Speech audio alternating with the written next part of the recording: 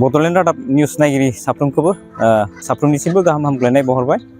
आं बे समाव दङ उदालगुरि जिल्लानि सिङाव थानाय गेलागाव बग्रिबारि गिर्जानि बा लांगोनायाव बा फोथाराव उदालगुरिनिफ्राय 5-6 किल'मिटारसो जानथायाव थानाय बे गामियाव बिबिसिनि 112थि बोसोरारि जथुम्माखौ खुंफुंनो थाखाय बे मण्डलिया साखाफारा खालामगासिनो थानायखौ जों नुनो मोन्दों आरो बिबिसिनिबो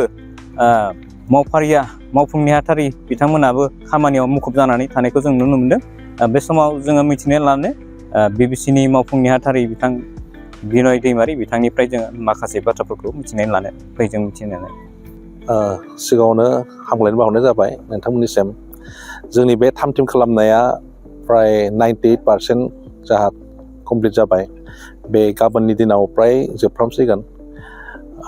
बिदिसै बे फैबाय थानाय जथुम्मायावहाय बेसेबां आन्सलिकनि आरो बेसेबां मण्डलिया बाहागो लागोन?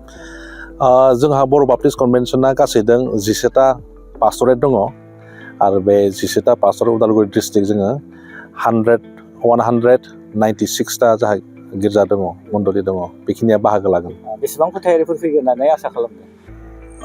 एराउन्ड 30,000निफ्राय 40,000 जों बेयाव गेदारिं जागोन आरो। जों नुबोनो मोन्दों माने बिबिसिनि अनगायैबो गुबुन गुबुन ओनसोल एबा रायजो एबा हादोरनिफ्रायबो बेयाव बाहागो लानो फैयो। देग्लाय बहानिफ्राय फैगोन?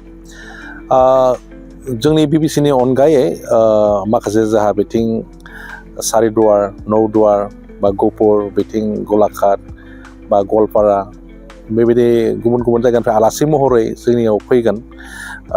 प्राय बिथांमोननिफ्राय 1500निफ्राय 1500निफ्राय 2000सो बिदि आलासिफोर फैयो आरो।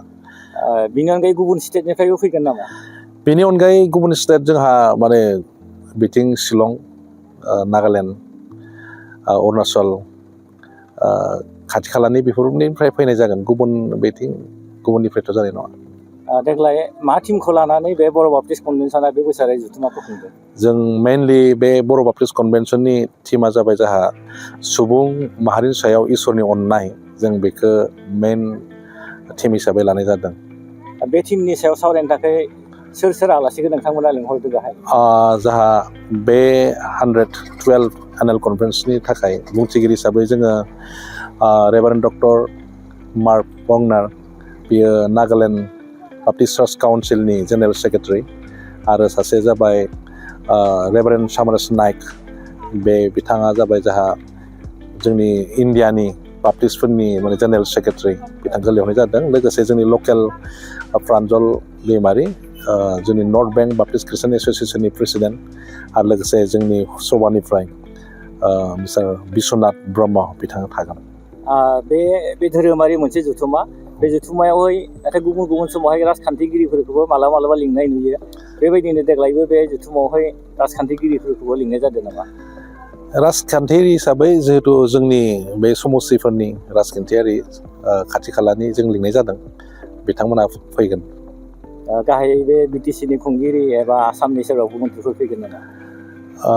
जोंनि दासिम जोङो बड'लेण्डनि जोंहा बिटिसिनि चिफ बिथांखौ लिंनाय जादों, बिथाङा फैगोन जोंनो खोथा होदों। मेनलि सानडे मर्निंआव फैगोन होनना बुंदों। सानडे मर्निंआव फैगोन। बेवहाय बर'नि अनगायैबो गुबुन हारियाबो फैगोन नामा? बर'नि अनगायै गुबुन हारिनिफोरबो फैयो, एसामिसफोर फैयो, आरो लोगोसे जोंहा सान्थालिफोर बा आदिबासि आरो नेपालि, राभा, गार', बिदिनो जोंनि खाथि खाला थानाय गुबुन गुबुन जाथियाबो बाहागो लाफायो। जोंनि उदालगुरि जिल्लानि गेजेराव बयनिख्रुइ गेदेरसिन फसंथान होननानै गनायथि मोननाय दंखायो बे बर' बाप्टिस्ट कनभेनसना। दा देग्लाय बे गिर्जाखौ बेसेबां हायावहाय लुनाय जादों? जों बे गिर्जाखौ प्राय 12.5 बिगासो बेयाव इसोरखौ खुलुमनाय न' हिसाबै जों बानायनाय जादों। बेवहाय ओरैनो बाजेटखौ बेसेबां खालामनाय जादों बुंनो हागोन ना? जोंनि टटेल गासै बाजेटआ बोसोरारि बाजेटआ प्राय 75 लाखसो जों बिबिसिनिफ्राय खालामनाय जादों। थामथिम जाजोब्बाय दायो? अलमस्ट प्राय थामथिमानो जाबाय। मोजाङै जाफुंथों बेखौ भरसा खालामनाय जाबाय। हामबायसै। बड'लेण्ड रादाब निउस नायगिरि साफ्रोमनिसिमबो गाहाम हामग्लायनाय बावहरबाय। आं बे समाव दङ उदालगुरि जिल्लानि सिङाव थानाय गेलागाव बग्रिबारि गिर्जानि बा लांगोनायाव बा फोथाराव उदालगुरिनिफ्राय 5-6 किल'मिटारसो जानथायाव थानाय बे गामियाव बिबिसिनि 112थि बोसोरारि जथुम्माखौ खुंफुंनो थाखाय बे मण्डलिया साखाफारा खालामगासिनो थानायखौ जों नुनो मोन्दों आरो बिबिसिनिबो मावफारिया मावफुं नेहाथारि बिथांमोनाबो खामानियाव मुखुब जानानै थानायखौ जों नुनो मोन्दों। बे समाव जोङो मिथिनो लानो बिबिसिनि मावफुं नेहाथारि बिथां बिनय दैमारि बिथांनिफ्राय जोङो माखासे बाथ्राफोरखौ मिथिनानै लानो फैजों मिथिनानै गिबियावनो खुलुमबाय बड'लेण्ड रादाब आरो निउस 24निसिम आरो गिबियावनो आङो जोंनि गोथां इसोरखौ हामबायहोदों। इसोरा जोंनो बेबायदि मोजां मोनसे खाबुखौ होनानै बर' बाप्टिस्ट कनभेनसननि 112थि बोसोरारि जथुम्माखौ जोंनि बे गेलागाव बग्रिबारि बाप्टिस्ट गिर्जानो खुंफुंनो बिदि मोनसे खाबु होबाय। बेनिखाय इसोरखौनो आं हामबाय होनदों।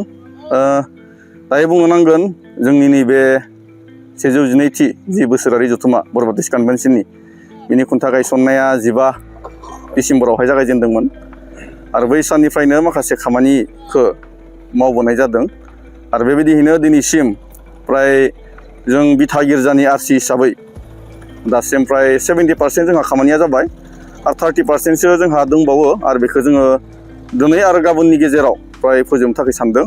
जोंहा जि गामिनि मार्केट एरिया बेबो जाबाय आरो मण्डलिफोरनिफ्राय फैनाय जि पेन्डेल लुनायनि हाबाफारि बेबो सोलिबाय थादों आरो लोगोसे जोंहा मेन गेट हिसाबै बेखौ मण्डलिया बानायो बेबो जोंहा सोलिबाय थादों। प्राय 80%आ जोब्बाय आरो प्राय 20% दंबावो आरो लोगोसेनो जि चार्च पेन्डेल बेबो जोंहा प्राय जाबाय प्राय 75%आ जोंहा प्राय जोबफ्रामबाय होननानै बुंनांसिगोन। बारा गैला। साननैयाव फोजोबनो हागोन ना? बे जि साननै जोंहा दङ बे साननैयाव जोङो फ्रायै बुधबारहालागै जों बेखौ फोजोबहैगोन आरो जोबगोन आरो बे जोबखानांगोनबो। देग्लाय गिर्जाखौ प्राय 12.5 बिगा बेबायदि खालामनाय जादों। बेसेबां फोथायारि फैगोन होननानै भरसा खालामदों?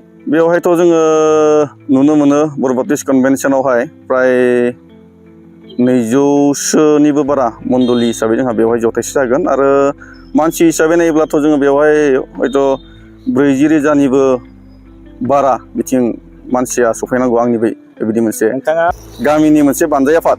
बेनिफ्राय बे बिथा गिर्जानि हिसाबै जों बांसिनै बे हस्ट हिसाबै जोङो हस्टनि खामानिखौ मावबाय थादों आरो हस्ट हिसाबै जोङो लकेलनि माखासे आलासिफोरखौ लिंदों, माखासे जायफ्रा इन्टेलेक्सुवेलफोर आरो माखासे साखाथियाव थानाय जि अनुस्थानफोर बेखौ जोङो हांख्रायदों आरो बिनि बादै जोंहा बिबिसिया गुबुन गुबुन जि आलासि लिंनांगौ बे बिबिसिनि बानजाय आफादनिफ्राय बेखौ खालामदों आरो बेखौ खालामगासिनो दङ।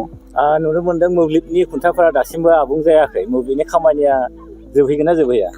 बेयो प्राय गाबोननि गेजेरावनो बेयो जोबनांगौ, खारन बुहुद स्पिडहै जोङो खामानिखौ मावनायखौ नुबाय थादों आरो सानसेयावनो गोबां खामानि मावदों बिथांमोनाबो आरो बाखि प्राय जोंबाय। नैबे एरियायावहाय हेल'जिन हयथ' लागायनाय जागोन, बेनिखाय बेखौ गाबोननि गेजेराव बिथांमोना फोजोबनायनि हयथ' परिकल्पना दङ आं बेखौ सानदों आरो बे जोबगोन। नोंथांमोना बे जेसेबां मानि फोथायारिफोर फैगोन गासैखौबो जाहोनाय लोंहोनायनि थाखाय थाम-थिम जाखाबाय नामा? बेवहायथ' ओरैबायदि जाहैयो जोंहा जिहेथु बिबिसिनि मण्डलि हिसाबै बा गिर्जा हिसाबै गावबागाव चार्च पेन्डेल थायो, बिथांमोनानो गासैखौबो थानायनिफ्राय लानानै जानायनि गावबागाव मण्डलिनि गासैबो बेवहाय खालामनानै जाफैयो। बिनि बादै बर' बाप्टिस्ट कनभेनसना जेसेबांखिनि आलासिफोर हांख्रायनाय जागोन बेखौ बर' बाप्टिस्ट कनभेनसननि जे आरसिनि फुडिं कमिटि बिथांमोना जानायनि बेब'स्था खालामगोन आरो बिनि बादैबो हस्ट आरसियाहाय माखासे जाय आलासिफोरखौ लिंदों बिथांमोनखौ जोङो जाहोनायनि बेब'स्थाखौ खालामगोन आरो बे गासैखौबो जोङो जाहोनाय लोंहोनायनि बेब'स्थाखौ जों मोननै दिगथिंनिफ्राय खालामनाय जागोन। जोङो हस्टनि बा बिथा गिर्जानि आरसि जानानै बेखौ खावलायनो सानदों। जोंहा खाथि खालायाव जोंनि गोबां गामिफोर दङ, जोंनि फोथायनायनि बादैबो गोबां बिदिनो गुबुन गुबुन फोथायारिनि बिदि मानसिफोर दङ। जों बिथांमोनखौबो खावलायदों जाहाथे बे जोंनि 112थि जि बर' बाप्टिस्ट कनभेनसननि बोसोरारि जथुम्मा बेवहाय साफ्रोमबो बाहागो लाफैगोन आरो जों नोंथांमोनखौ बरायगोन आरो नोंथांमोना जोंजों लोगोसे बाहागो लानानै सहाय खालामगोन। आरो बेवहाय जोंहा बेबायदि बाथा गैया जे सोरबा फैनाङा बा सोरबा फैनो हाया, बिदि जेबो बाथा गैया। बेवहाय गासैबो हारि माहारिनि सुबुंफ्रा फैनानै बेवहाय बाहागो लाफैनो हागोन आरो जों नोंथांमोनखौ वेलकाम खालामदों। गामिनि हस्ट हिसाबै नोंथांमोना बे जोंनि सभाखौ साफ्रोमबो नायफैनो हागोन। आंनिफ्राय बेखौ गुरैयै खावलायहरनाय थाबाय। गोजोन्थों।